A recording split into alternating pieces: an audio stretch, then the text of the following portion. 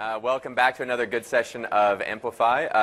I'm really excited to be here. This is my first Amplify. My name's Alex Cheek. I'll do a little bit more of an introduction in a minute. But just so you guys know, we have the next speaker is going to be going from now until about 10 to 11. We're going to have a chat and then some questions. But before we get started, I wanted to hand it over to Andrew Ridley from Intel, one of the sponsors of the program. So, Andrew, you want to... Hello. Good morning. This is the third year we've been involved with Amplify, and we're really grateful to be involved in something that defines a platform of innovation and thought leadership. To me, Intel is synonymous with innovation, from inventing the integrated circuit in the 50s through to redefining the way we're looking at mobile computing today. You don't really understand the scale and scope of Intel until you go to Silicon Valley and check it out and go to the museum, see what the founders have developed in terms of bettering the world over time. The other thing you don't really understand until you go there is the depth and breadth of the people that you get to work with. So I've sat in a room with people who have developed the Xeon server platform that delivers cloud services to the phones and tablets and PCs that you use today. They can do differential equations in their head, mapping out the instruction path of 2 billion transistors on a processor die that sits on a die the size of your little fingernail. They can do that in their heads. I've sat in a room with the guy that invented USB, so it quickly became apparent to me that I'm usually the dumbest guy in the room at Intel. Never do I feel more stupid than when I'm in a room with Dr. Genevieve Bell. She's a vice president at Intel. She's also a fellow at Intel. And Intel being a technical company, the fellows are the foremost technical talent in the organisation. So there's roughly 80 out of 105,000 people at Intel. And Intel being a technical company with a hell of a lot of technical talent, this is sort of the nirvana of transcendental aspiration for people to achieve. So just to finish up, she's, to me, the smartest person in Intel. She's the most engaging and most interesting person in Intel, and frankly, she's the most fun person to hang out with at Intel. Great. Thank you, Andrew. So I don't think I can follow that introduction, but I just wanted to say a little bit more about why I'm excited that we have Genevieve speaking here at AMP. My name's Alex Cheek, and I'm one of the design leads here at AMP in the new design and innovation team. I've been here for about a year and a half, and over that time, we've really realized our goal as a team as trying to make AMP's experiences and products more human. And that takes a lot of understanding of people. And so I think our hope is that with a little bit of hard work, we can actually achieve a financial service that feels really deeply human to its customers. So maybe a little bit of work. May need a little bit of work for that. I'm excited, like I said, to have Genevieve here because she's really a pioneer in bringing that kind of understanding of people, what they do and why they do it, into a corporate space. Like Andrew said, she's one of the fellows and the vice presidents at Intel, Corporate Sensing and Insights, which I think is a really interesting title. And I think it has, I'm not sure exactly what it is, but I think it has something to do with this quote from the New York Times a couple years ago. It says, this is a quote from Genevieve that says, "My mandate at Intel has always been to bring the stories of everyone outside the building inside the building and to make them count." And so we're excited about the stories you have to share with us today. Everybody please welcome Genevieve Bell.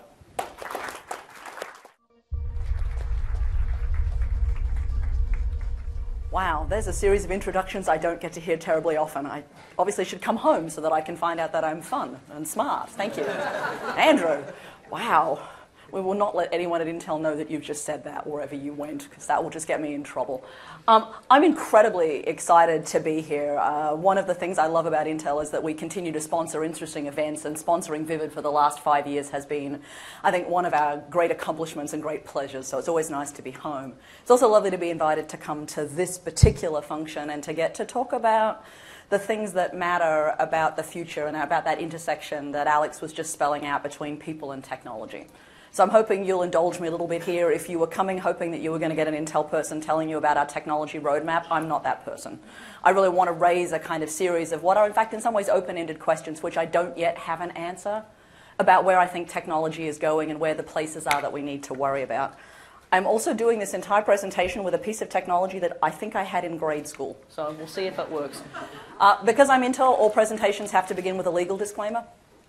This merely says you shouldn't invest in Intel on the basis of what I'm about to tell you. You should invest in Intel because we're amazing and have a tremendous future. It doesn't say that, but it's true. So when I was thinking about what I wanted to talk about here, I'm really sort of struck by the thread that runs through Amplify about this notion of rethinking everything. And for me, one of the things I think you have to rethink in that process is the notion of what we mean when we say the future. I mean, it is a kind of extraordinary notion that there is something out there that isn't now. And we spend an enormous amount of time investing in this thing we call the future. For me, I think that actually means pulling that notion apart a little bit and suggesting it's never just one future. And oh, by the way, although I sit in a big technology company, that future is also inherently about people and their intersection with technology, not just about technology in and of itself. So who am I to tell you all of that? Well, you heard two very charming introductions to me. The other one you need to know is I'm a cultural anthropologist. I'm the child of a cultural anthropologist, more to the point. So I've been around anthropologists since I was 4.5 years old and was kicked out of my first anthropology class at Monash University because I understood what matrilateral cross-cousin marriage looked like and no one else did. Apparently, a 4.5-year-old should not know that answer. And so I was consigned to the corridor and my Vita Wheat biscuits for the rest of the semester.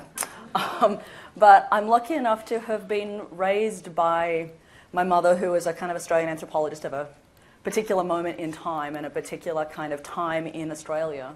I spent most of my childhood living in Indigenous communities in Central and Northern Australia in the 1970s and 1980s. I was lucky enough to be in those communities at a time when people still remembered what their country was like before fences and whitefellas and cattle. And the women who raised me told me stories about their first sights of all of those things. And that's in Australia in some ways that is now quite some time ago. But the experience of living in Central Australia in that moment in time is one that has shaped me in perpetuity. Not only was it a great childhood, I mean, you know, where else do you get to have no shoes, not really go to school terribly often, don't tell anyone, you know, speak another language and kill everything. And then eat it. I mean, I hasten to add that, otherwise it makes me look like I might be a sociopath. But, you know, there was a lot of excellent food to be eaten and a lot of amazing stories to be told and a kind of really feral childhood that was legitimated because my mother was doing field work. You know, the flip side of that was when I came back to Canberra after living in Central Australia. Canberra was a bit of a shock to the system. Still is, exactly. I was going to say it hasn't changed much in some ways, which is still a shock to the system.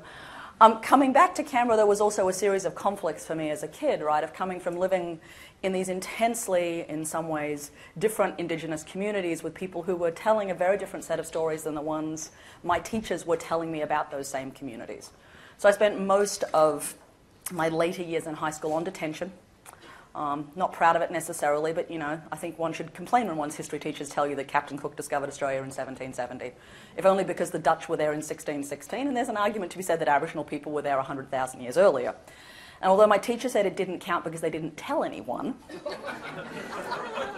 which was a fascinating argument about notions of the constitution of history, I nonetheless found myself on detention a great deal. Now, the reason I'm telling you all of that is that part of what my mother would say to me when I would sort of, you know, drag myself home from yet another moment on detention was that you had an obligation to question things. Was that it was okay with her that I was on detention because it was okay to ask questions of people in authority. And that ultimately it was okay to ask questions about what were the stories you were being told, and it was okay to have a position about them.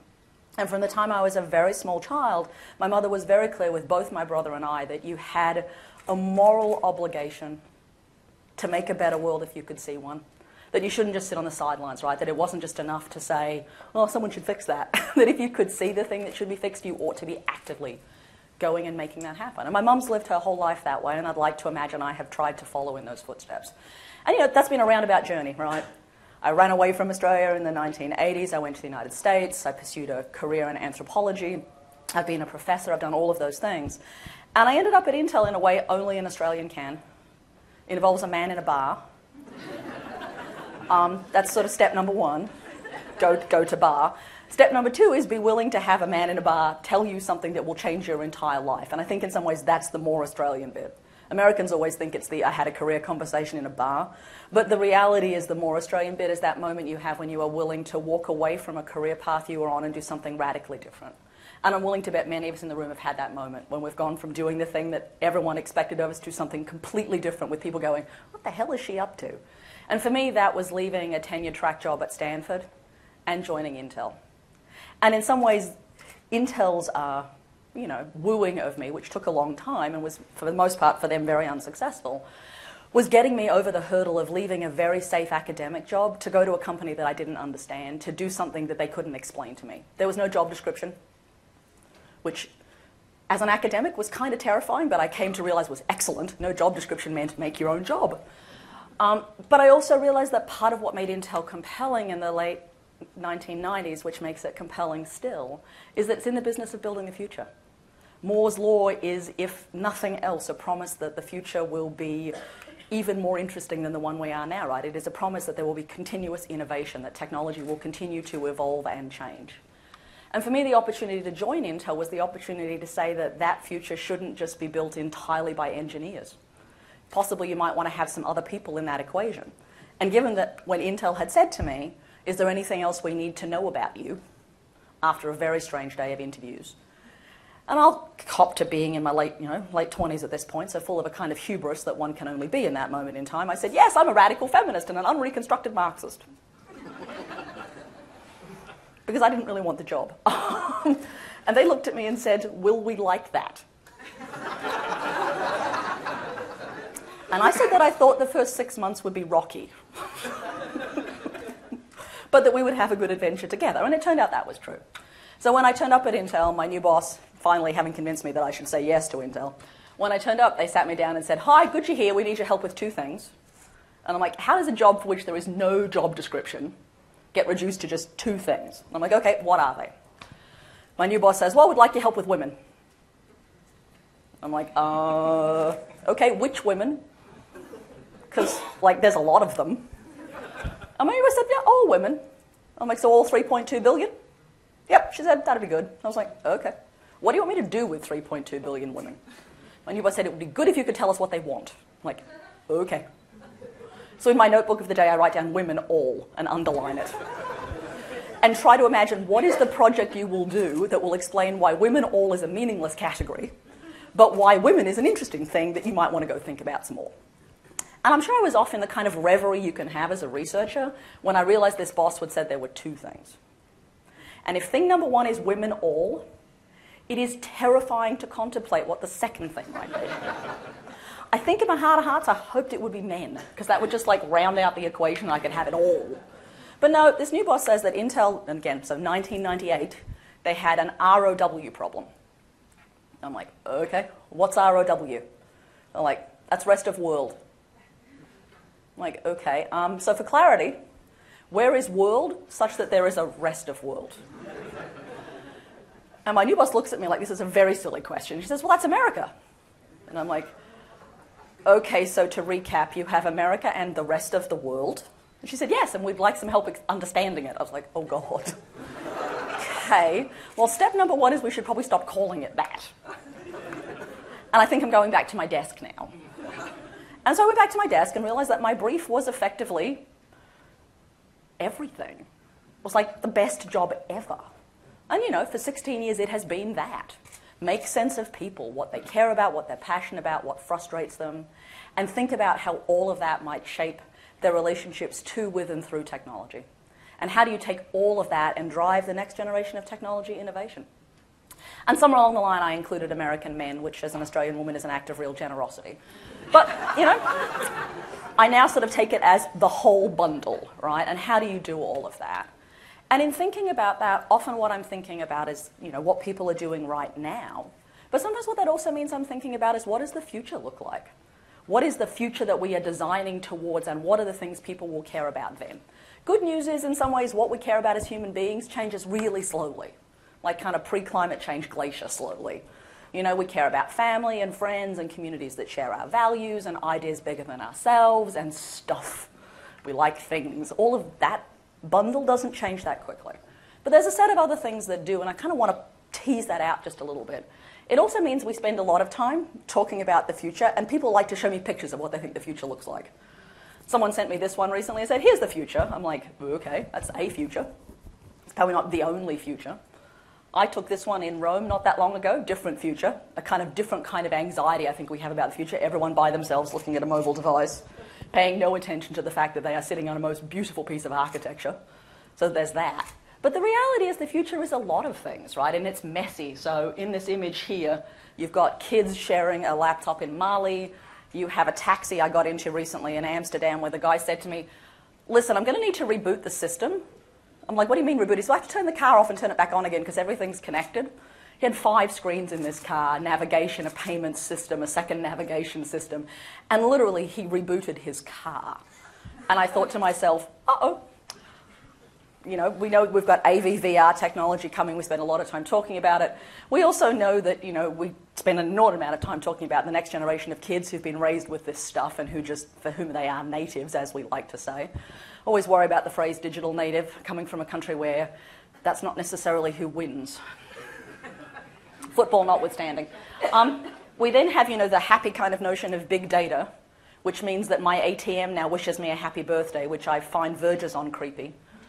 So, you know, Alex, wherever you went, the notion of, you know, a human-like financial instrument may not be one that knows it's my birthday and wishes it to me as I am withdrawing money from my ATM machine. Disturbing. And then, of course, you know, the future also includes the past. Same trip to Amsterdam recently, I was talking to a group of people who were busily following a football game.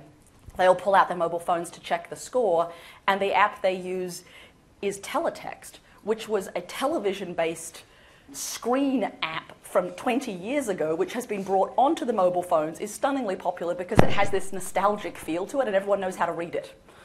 So, you know, here are a bunch of people with the newest mobile phone technology ever using a text-based app that was designed for television from 30 years ago. So the thing about the future, it's always complicated. And it drags the past with it. And it's uneven, right? I mean, Gibson jokes about the fact that the future is already here, it's just unevenly distributed. The reality is the technology will be unevenly distributed, the ways in which we use it will be. Some of that is about nation states, some of that's about culture, some of it's about the vagaries of economics and governance. And all of those things are, you know, run through it, right? So then how could you possibly say anything about it? Well, the first thing is I could stand here and tell you about the 20 new technologies about which one should be very excited over the next 10 years. And there's some amazing stuff coming, right? I could reasonably stand here and tell you that as Intel continues to drive Moore's law forward, we are going to make things possible that have simply not been possible up until this moment in time. I can tell you that there are many other companies, some based in Australia, some based around the world, who are going to continue to drive new sorts of technology innovations and inventions in ways that will be both subtle and game-changing. And there'll be stuff we can't live without, and there'll be stuff we buy and it ends up in the odds and sods drawer 2 years from now. The reality of all new technology, right? Not all of it wins. But for as much as there's a whole lot of new technology, there are also these really interesting challenges and opportunities that all that technology brings, and a series of questions that I think it raises. And I want to just flag 7 of them because they're the ones that are at this point are kind of top of mind for me. First one is privacy. Hard to kind of miss that as a topic, right? We talk a tremendous amount about it. It's running through our conversations about data and security and personal information. But the reality sitting underneath that, in some ways, quite bland description are some inherent and really interesting contradictions, which is that I think as human beings, we have this impulse to share stuff and also a great deal of concern about what people will think about us on the basis of that sharing. Not always a one-to-one correlation. It's not if I share this photo, what will people think of me? Because usually it's I've shared this photo with these filters, so you think I'm excellent. But it's about the longer-term consequence of what will you think about other pieces of sharing that I don't always know are happening. What does it mean to imagine a world of the Internet of Things where a whole lot of objects around you are sharing things that are in some ways about you? Maybe not entirely. Your thermostat doesn't necessarily know everything about you, but it knows more about you than you might expect, and who's it going to share that information with? This is a place where some of our traditional ideas about how we secure people's privacy haven't necessarily scaled. This isn't just a matter of saying more passwords are the solution. Clearly, the average punter has about 18 of them, and if you are like almost every average human being, you only have 2 passwords. One of them is password, and the other one is 1, 2, 3, 4, 5, 6, 7, 8. And scaling that up doesn't get any easier. So how we start to think about what it means to imagine privacy is not just simply a matter of saying no one cares about it anymore, because the reality is that isn't true. 3 years ago, we could reasonably have had a conversation that said the millennials have taken the privacy genie out of the bottle and it isn't going back. What is fascinating is that the trailing edge of millennials care tremendously about privacy, in some ways having watched the experience of their older siblings. And they are now very different in terms of their use of and their sharing practices. Sure, they're on Facebook, but they spend most of their time sharing things on services that are much more ephemeral. Snapchat, Vine, where you can control where it's going. If you're in the United States, Yik Yak. I just like to say that one. Excellent. Geo-fenced messaging app, for those of you who don't know. But I'm going to say it again, Yik Yak. So, lots of things there, right? But how we think through both the regulatory framework here, where notions about privacy were about single pieces of information, but the reality is it's now about how all of those pieces of information get stitched back together again, by whom, under what circumstances, and what controls we should have of them, and then how we think about the fact that some of that data will be owned by companies who themselves may be acquired by other people over time. So what is the arc of that data's life, and how do we think about all of the language we might once have used here, where I suspect privacy doesn't scale to incorporate all of our concerns as individuals, as companies, as citizens, as consumers.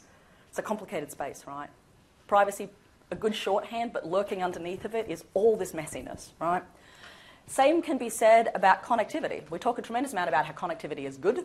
Lots of things in the paper about, whether we need to be worrying about broadband speeds, what does it mean to think about connecting up the bush, what does it mean in the United States to think about government sponsoring and subsidizing of connectivity into rural communities.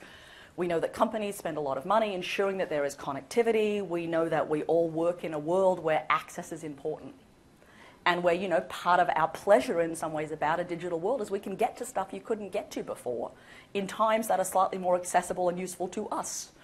If you are binge watching television, you are taking advantage of the fact that we have worked out how to move around the time-space continuum for connectivity and content, right? And a whole lot of service providers are now willing to go, you'd like to see all of those episodes? We can do that for you. Now, the challenge is, of course, we like that stuff. We like being constantly connected. But we also actually, occasionally, like the notion of not being connected. And one of the really interesting tensions is that technology in some ways functions best when it's constantly connected to a network, to content, to power. The reality is, as human beings, we function best when we're intermittently disconnected.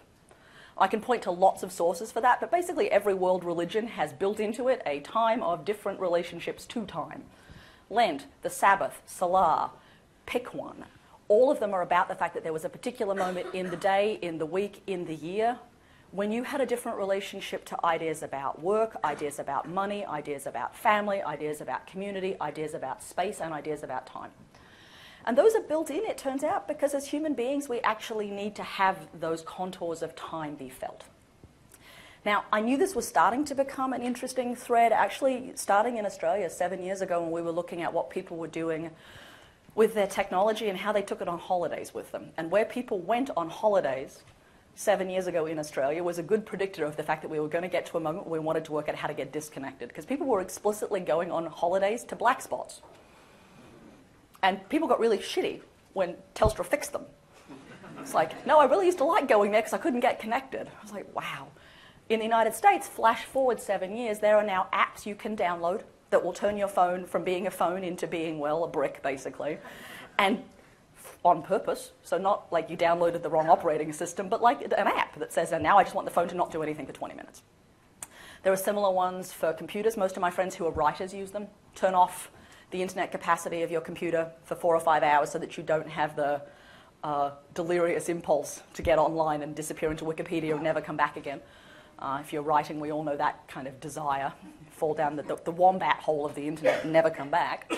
But what is fascinating there is there's this sort of categories emerging right now. Certainly the front page of Fast Company, Wired Magazine, I think, and Time, all last summer, had front covers dedicated to this notion. Digital detox, Analog August, I forget what the other one was. There's now a summer camp being offered in Silicon Valley where you can go, so American summer camp kind of tradition, you can go, you come in on a Friday, they confiscate your mobile phone, there is no Wi-Fi, there is no internet. Apparently they'll give you alcohol and power tools and you should just have a good weekend.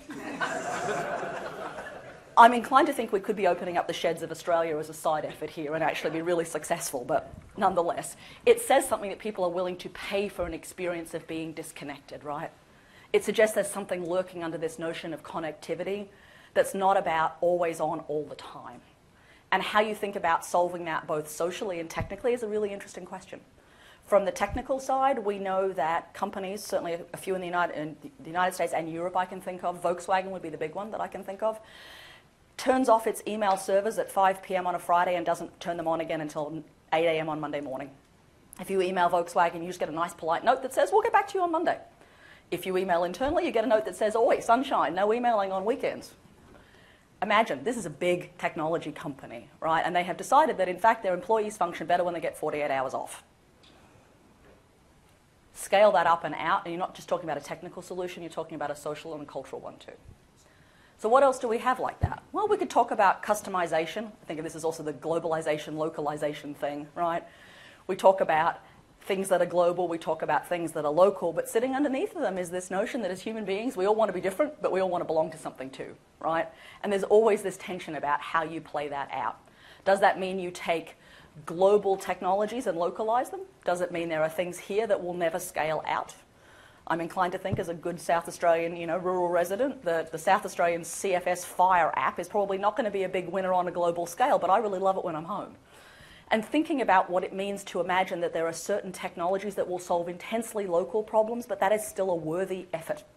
That a problem that is solved doesn't necessarily need to scale to the planet to be useful. Sometimes, in fact, what it is doing is addressing a particular set of pain points that are local, and being exquisitely aware of your local market isn't necessarily a bad thing.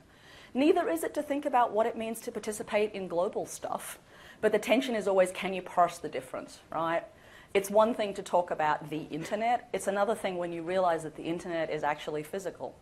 It comes through gateways that are physically manifested in buildings. It runs through undersea cables that have a payment scheme. It is regulated in different ways in different countries, such that in some ways I suspect you experience the internet very differently in Australia than you might in the United States or in Germany or in Indonesia. And paying attention to that is actually really important. And sometimes we lose track of it when we think about these technologies as being global, is that they are also experienced profoundly locally. Big data, hard to get by not talking about that one, right? And there's lots of things you could say about big data. For me, I think one of the most interesting things sitting under it at the moment is this rhetoric that we have about the fact that more data equals more truth. I hang out with people in the financial services industry in New York, and at one point they said to me, more data equals more truth. And I said, I think more data equals more data. And they were like, nope, more data equals more truth. And then I said to them, well, but sitting underneath of that is this really interesting tension, right? On the one hand, we think transparency is good, not arguing it isn't, but it is a cultural value, right? Transparency is another instantiation of a particular set of values and notions about what transparency looks like, transparency to whom, under what circumstances, and who is doing the revealing versus not. Pretty complicated set of questions, right? But the reality also is that as human beings, we like secrets. They're the currency of relationships. They're the currency of intimacy. I share something with you I don't share with anyone else. Not only do I know you'll share something in return, but it creates a bond between us that we don't have with other people. It's also the case beyond secrets, there are lies. Average human being tells somewhere between 6 to 200 lies a day. By the time you get to the 200 end, you are probably pathological or arguably, possibly a politician. But, you can get to 6 pretty quickly. Sleep well, yeah, you look good in that. Oh, the football, no, I don't have an opinion about that thing that's going on. And yes, that was an excellent talk. And, you're at 9 o'clock in the morning and you're already halfway there. Challenge is we take all of that onto the internet too.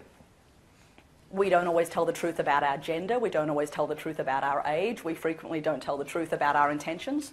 When surveyed, we don't always tell the truth about our desires. So what does it mean to think about data sets on which we are going to base action if some of that data is in and of itself a little bit complicated? And what does that also mean if some of the social rules that we are used to, the ones that drove us to truth and that allowed us to feel bad if we weren't telling the truth, what if those don't all extend onto the internet? What if it is the case that we get pleasure out of the lies? certainly the case. I think you can make some strong connections about why it is that bullying and trolling on the internet have a particular history, right? And that history is about a particular set of values and about the fact that not all of our values from offline have yet extended onto the online environment. But that has huge consequences if you are using data and data analytics to drive business decisions or to drive customer profiling data. What if your customers aren't telling you everything? And oh, by the way, the thing about data is it only records what they are telling you, not all the stuff they didn't say, which is different from lies and secrets, but is all the stuff that is unspeakable, right? Many complications in that space. Building on that, we have this interesting problem of algorithms. So we live in a world of algorithms, whether we think about it or not. Every time you log on, as I'm willing to bet most of you in this room have now done, to Netflix. Before that, if you were going to iPlayer, if you use any shopping site that has cookies or some history of you, when you come back, they know it's you. There's that same reason why you log onto the newspaper and you look at the rolling bars of advertising, there's that pair of shoes looking at you going, you still haven't bought me. Any minute now, you should buy me. Just following you from website to website, and you think, how do you know about my shoes? So those are all algorithms, right? They're recommendation engines, they're cookies, they're a whole series of ways that the world knows us and extracts valuable information on the basis of it. And algorithms are how we will make, in some ways, money and decisions and goodness out of data sets, right? It's about how you start to extract value and drive different decisions. The challenge sitting underneath those, at least from my sort of social science point of view, is that one of the things about human beings is we really like things that are familiar. We like stuff we've already done. We find the familiar really comforting, hence the phrase comfort food, hence there's a particular set of clothing we will reach to under particular circumstances. There are things we find comforting. And that certainly runs through the content production space. So anyone who produces content for television, music, arguably food and print, knows that once you're on a particular vein that seems to be popular, if you just keep playing out that vein, that will make people happy. Australia and cooking shows, America and reality TV shows about housewives. Don't quite know how to square that circle, but those are two very popular threads, right? It's also the case that one of the things is we like stuff that's familiar, until we're just on the edge of getting bored and hoping someone will give us something different. If you're a good producer of content, you know when that moment is coming, right? You read the whispers. If you were an American television producer, you might have said, Housewives of New Jersey, Orange County, New York, Dallas, Houston, LA. Ooh, Breaking Bad and Mad Men. Possibly next should be HBO investing in Game of Thrones. They understood where they were taking that cycle, right? But the challenge is if you use recommendation engines, what they will recommend is the basis of what's already happened.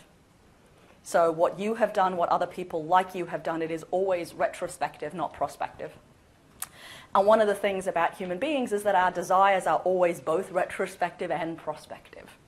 And the notion of how we find the next thing may not be based on all the stuff we've done before. And in fact, it may be the opposite of all the stuff we've done before. It may not be in the collection of stuff we have done before. So how you balance that out is really tricky. And what that means in terms of next generation algorithms, for any one of us in this room who delivers services, is a little tricky, right? Sure, it's good that you keep giving people content like the content they've already had, but how do you know when they're getting bored? How do you know the moment when they're going to go looking for something else? Because that something else may be a different service provider, which you may not want. It may be a different stream of activity, which you may not want either, right? So how is it that you know the moment when people are just starting to have that, I don't know how many more cooking shows I can watch, before the next thing turns up, right? And thinking about how you manage that architecting of both the capacity to give people familiar things, but also to move them a little bit, is actually quite tricky. Two more, and then I promise I'm done. One of them is about memory and storage. So think about this also. Big data relies on having a lot of storage. You'll certainly hear people in the United States like Ray Kurzweil talk about the singularity, which is kind of the ultimate storage fantasy, right? We will up-level our consciousness and be done. Now, there's some interesting challenges to that technically. There's probably some also interesting challenges to that in terms of us as human beings, which is sure we really like the prospect of fame and permanence and our sort of shot at glory, right? But the reality is we also want to be forgotten periodically. You know, the promise of many wearable technologies has been that it'll be a little voice in your ear that goes, oh, we've met before, and the little voice in my ear says, yes, and his name is this, and here are the last 3 occasions you've met. Now, I'm willing to bet most of us in this room who are over the age of 20 think that'd be a great thing. Meet a lot of people, think, oh, God, I know you from somewhere. Oh, we last saw each other in New York City, 6 weeks ago. God, I should remember that. Mortifying. Be great if there was a voice in your ear that said that, right? The reality is that voice in your ear might not remember that it then didn't tell you all the other things that you said to that person, which may make it much harder to look at them and smile sweetly, or all the things they've said to you, right? So one of the challenges is, how do you balance remembering and forgetting? So one of the things about human beings is we actually need to forget things. We need to forget things we've said, things that were said to us, things we've done. Partly because that's how you reinvent yourselves, but partly that's also how you are forgiven and you forgive yourself. Now, at a cultural level, are there stories we should never forget? Absolutely. I'm Australian enough to know there are some stories we should never forget, the stolen generations being but one of them. And I know that there's a difference between cultural stories and personal stories. And teasing that set of things apart is actually quite complicated technically about what are the stories you would remember and what are the stories you would forget. I mean, I think of this in some ways as being a bit like read-only memory versus read-write memory. There's some interesting issues about what you would save versus what you would need to access. But how you think that through isn't just a matter of saying, there's a lot of storage, it's limitless, we should just stick it all in there and see what happens. And then, of course, last but by no means least, Andrew and Alex both started this event, and indeed, this event more broadly has this thread of innovation running through it. We really like the language of innovation. It's good. It's a happy thing, right? Innovation, yay. And as human beings, we have a very strong orientation, particularly in Western traditions, to the notion of progress. We like new stuff, new tech, good. Australia in particular is a very hungry market for new technology and has been for at least 50 years. We were early to adopt ATMs, VCRs, mobile phones, the internet. We tend to be kind of early adopters, and we tend to be very willing to just have a go with stuff and see what happens. Well known kind of on the global scheme that way. What is fascinating, though, is beyond our desire for new technology, there is always running through it a slight fear about what will happen when it gets here. I seem to spend a lot of time at the moment answering questions about the robot apocalypse, when it will arrive, and how will we know it's here. I usually hasten to add that the largest install base of robots at this point is the Roomba, so it's the robotic vacuum cleaner, which means the robot apocalypse is going to happen at ankle height. And will involve dust, which is not good if you're an asthmatic. But I also hasten to add, for those of you who are of my vintage, the Roombas, much like the Daleks of the 1980s, don't have knees. They can't get upstairs. They're like one floor. So, as a robot apocalypse, it's kind of a bit not really threatening. What's fascinating, though, is the notion that it might be, and the persistence of that language that suggests that there is something complicated lurking beneath all of these technologies that is out to get us. And of course, in some ways, that is a projection of a very human fear. We have, as human beings, created things and let them loose that were pretty spectacularly problematic. And I think in Australia, in some ways, we have a better notion of this than others, right? I think of this as being the feral technology problem. We come from a country of things that were promised to us as being benign and, mostly jumped fences and turned out not to be. Rabbits, goats, camels, frogs, just to name a few. Now olive trees in South Australia are feral. I know I have so many questions about what it is to be a feral olive tree, but nonetheless, one of the things we know, right, as Australians in some ways inherently know, is that you can't promise something won't become something else. You can't promise it won't jump the fence and have a different intentionality. And I suspect part of our anxiety about technologies comes from that. I also know it comes from a set of stories we've been telling ourselves for a really long time about what happens when human beings make things come to life. To wit, the Golem stories, Pinocchio, homunculi, Frankenstein, thank you, the Terminator. This little piece of video here, and I'll end with this, right, was shot the day that Siri first came out, and someone staged a conversation between the Furby, I know, bless, and the Siri, and the Furby goes, and the Siri says, would you like me to call Graham? And it's kind of 47 seconds of this, right? And it's splendid. And I took it into the office and went, bah, ha, ha, ha. And my colleagues went, what? I'm like, no, really, look, it's a genealogy of talking things.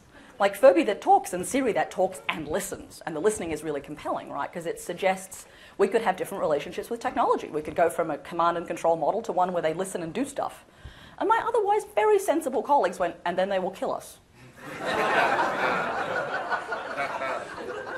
And I was like, what, the Furbies and the Siris? But no, in their heads, they'd gone from Furby to Siri to the Terminator like that. and death ensued, right? And I realized there's something very persistent about the anxiety that you have to manage through, right? And about why that anxiety keeps coming up. We shouldn't just laugh at it, we should take it seriously, but we need to work out how to navigate through it too, right? So where does that leave us? Well, I think it leaves us every time we talk about the future, we actually have to put people into the story. But I think we also have to put people into the story and imagine they are complex creatures, that we are full of ambivalences and contradictions and messy desires, and we change our points of view about things in the moment and about the technology. And it's not as simple as saying, it's this and this and this. The reality is in any single moment in time, the things we might want, the things we might need, are complicated. They're messy. Tidying it up isn't necessarily productive. In fact, the challenge is how you design for the mess and what that looks like. And for us at Intel, one of the things that means we talk about a lot is that technology solutions have to be inspired by the market. So they have to be inspired by human beings. Then they have to be about delivering experiences. It can't just be about delivering pieces of technology. It has to be about doing stuff people care about, bearing in mind that that is always complicated business. So with that, I want to say thank you and stop. Enjoy you.